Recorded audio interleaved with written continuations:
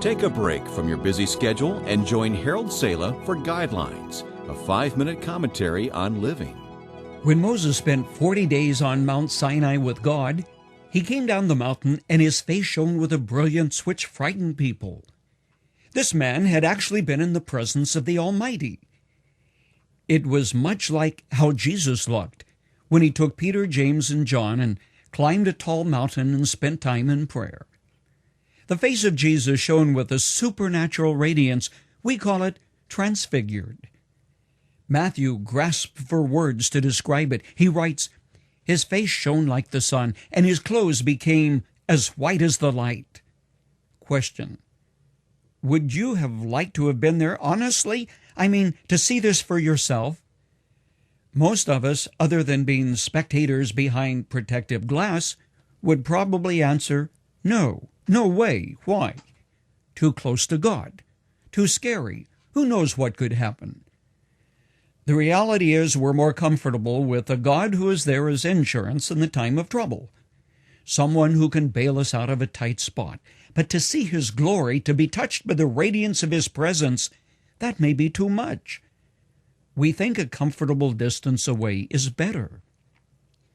When Jesus said He was going to the Father, Thomas said, "Lord, show us the Father. That will be enough for us." Do you think he felt left out because he wasn't there with the other three at the Transfiguration? Or did he really want to know God more intimately and personally? The word Thomas used was not the ordinary one that would be used if you said, "Show me a picture of your kids." It was one which meant point out, reveal, explain, or demonstrate something.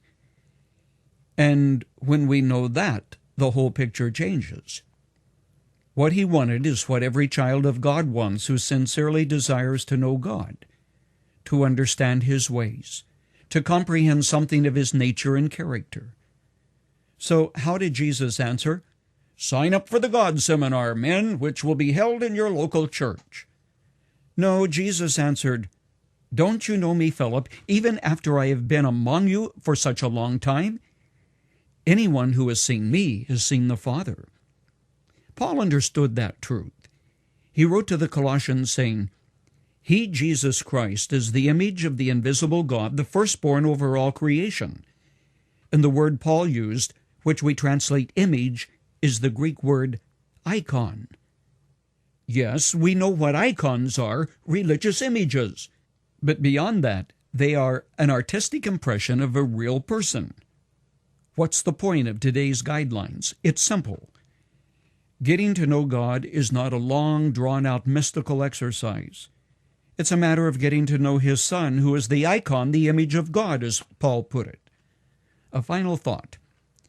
There's no record of anyone approaching Jesus asking for an appointment for a 30-minute interview. Yes, people sat under His teaching and grew to love Him. Others were blessed when they were healed by Him or forgiven. But I, for one, would have wanted to have walked with Him, say, from Galilee to Nazareth, up and over the hills, to have listened to Him, to have asked Him just a few questions that I really wish someone would have asked and then recorded. But there is something better, much better.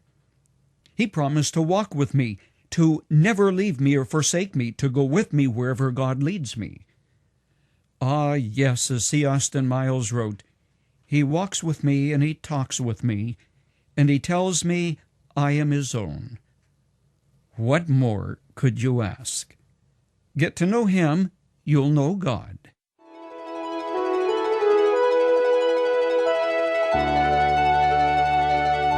Getting to sit under the teaching of Jesus would have been awesome and marvelous. Better yet would have been walking with Him across the hills of Galilee. Best of all, though, is Him walking with us day by day, with you. He said, "Never will I leave you, never will I forsake you." You have just heard Guidelines. I'm Harold Sala. I'd like to hear from you. Email reaches me at guidelines@guidelines.org.